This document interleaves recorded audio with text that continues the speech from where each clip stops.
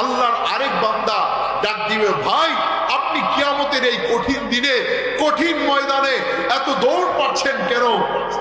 আল্লাহর ওই বান্দা বলবে, ভাইকে বললাম কাজ হইল না, বোনকে বললাম কাজ হইল না, আমার গর্ভধারিণী মাকে বললাম কাজ হইল না, তোমাকে বইলে আর কি লাভ? আল্লাহর ওই বান্দা বলবে, বইলেই দেখো না। বলবে, এরপর বলবে, একটা নেক আমলের জন্য জান্নাত পাচ্ছি না, একটা নেক আমল যদি রবকে দেখাইতে পারি, নেক আমলের পাল্লা ভারী হয়ে যাবে, রব তার জান্নাত আমাকে দান করবে। আল্লাহ তাআলার ওই বান্দা বলে, তুমি ঠিক জায়গায় আসছো, তুমি একটা নেক আমলের কারণে আল্লাহ তাআলার জান্নাত পাচ্ছ না।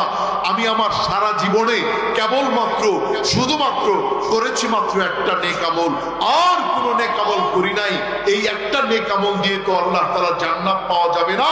সুতরাং আমার এই একটা নেক আমল তোমাকে দিয়ে দিলাম, তুমি এই নেক আমল নিয়ে আল্লাহ তাআলার জান্নাতে প্রবেশ করো। বলেন না সুবহানাল্লাহ।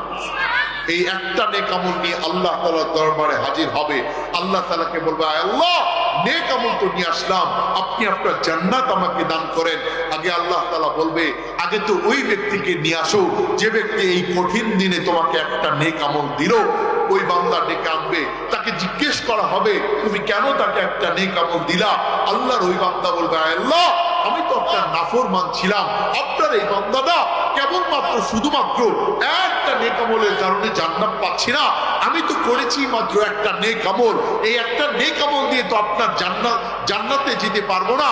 ভাবলাম আপনার এই বান্দা যেন জাহান্নামের আগুন থেকে বেঁচে জান্নাত পেয়ে যায়, এই জন্য দয়া করে তাকে একটা নেক আমল দিয়ে দিয়েছি। আল্লাহ তাআলা বলবেন, আমি সব থেকে বড় দাতা, আমি সব থেকে বড় ক্ষমতাবান, আমি সব থেকে বড় রহম করনেওয়ালা। আজকে কিয়ামতের এই কঠিন দিনে আমার থেকে বড় দানবীর শাস্তি চাও, আমার থেকে বড় রহম করনেওয়ালা শাস্তি চাও, এইটা হইতে পারে না। আমি তোমাকেও মাফ করে দিলাম, এই বান্দাকেও মাফ করে দিলাম। তোমরা একজন আরেকজনের হাত ধরে আমার জান্নাতের মধ্যে প্রবেশ করো। একবার চিৎকার মেরে বলেন না সুবহানাল্লাহ।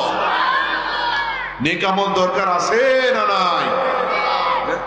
এই জন্য একবার যদি কোনো বান্দা সুবহানাল্লাহ পড়ে অথবা আলহামদুলিল্লাহ পড়ে, আল্লাহ তাআলা এই গোটা আসমান জমিনের মধ্যে যত ফাঁকা জায়গা আল্লাহ তাআলা নেক আমল দ্বারা ভরপুর করে দেন। চিৎকার মেরে বলেন না সুবহানাল্লাহ। আরেকবার আওয়াজ দিয়ে বলেন না সুবহানাল্লাহ। আমার সম্মানিত হাজরিন, বলছিলাম আল্লাহ তাআলা রব্বুল আলামিন যাদের ঈমান পাকাপোক্ত থাকবে, যাদের ঈমান মজবুত থাকবে, যারা প্রকৃতপক্ষে ঈমানদার হবে, তাদেরকে রব তার জান্নাতুল ফিরদাউসের মালিক বানিয়ে দিবেন। বলেন না সুবহানাল্লাহ। তাহলে আমরা যদি ঈমানদার প্রকৃতপক্ষে হতে চাই, এক নম্বর গুণ, এক নম্বর সিফত হচ্ছে তাকওয়াবান হতে হবে। তাকওয়াবান যদি হই, এই তাকওয়ার কারণে কিয়ামতের ময়দানে রব তার বান্দাদেরকে সব থেকে বেশি জান্নাত দান করবেন। বলেন না সুবহানাল্লাহ। তাহলে একটা আমল পাইলাম, 5টি আমল জানবো, 5টি সিফত জেনে যাব। আমরা আমল নিয়ে যাওয়ার চেষ্টা করব।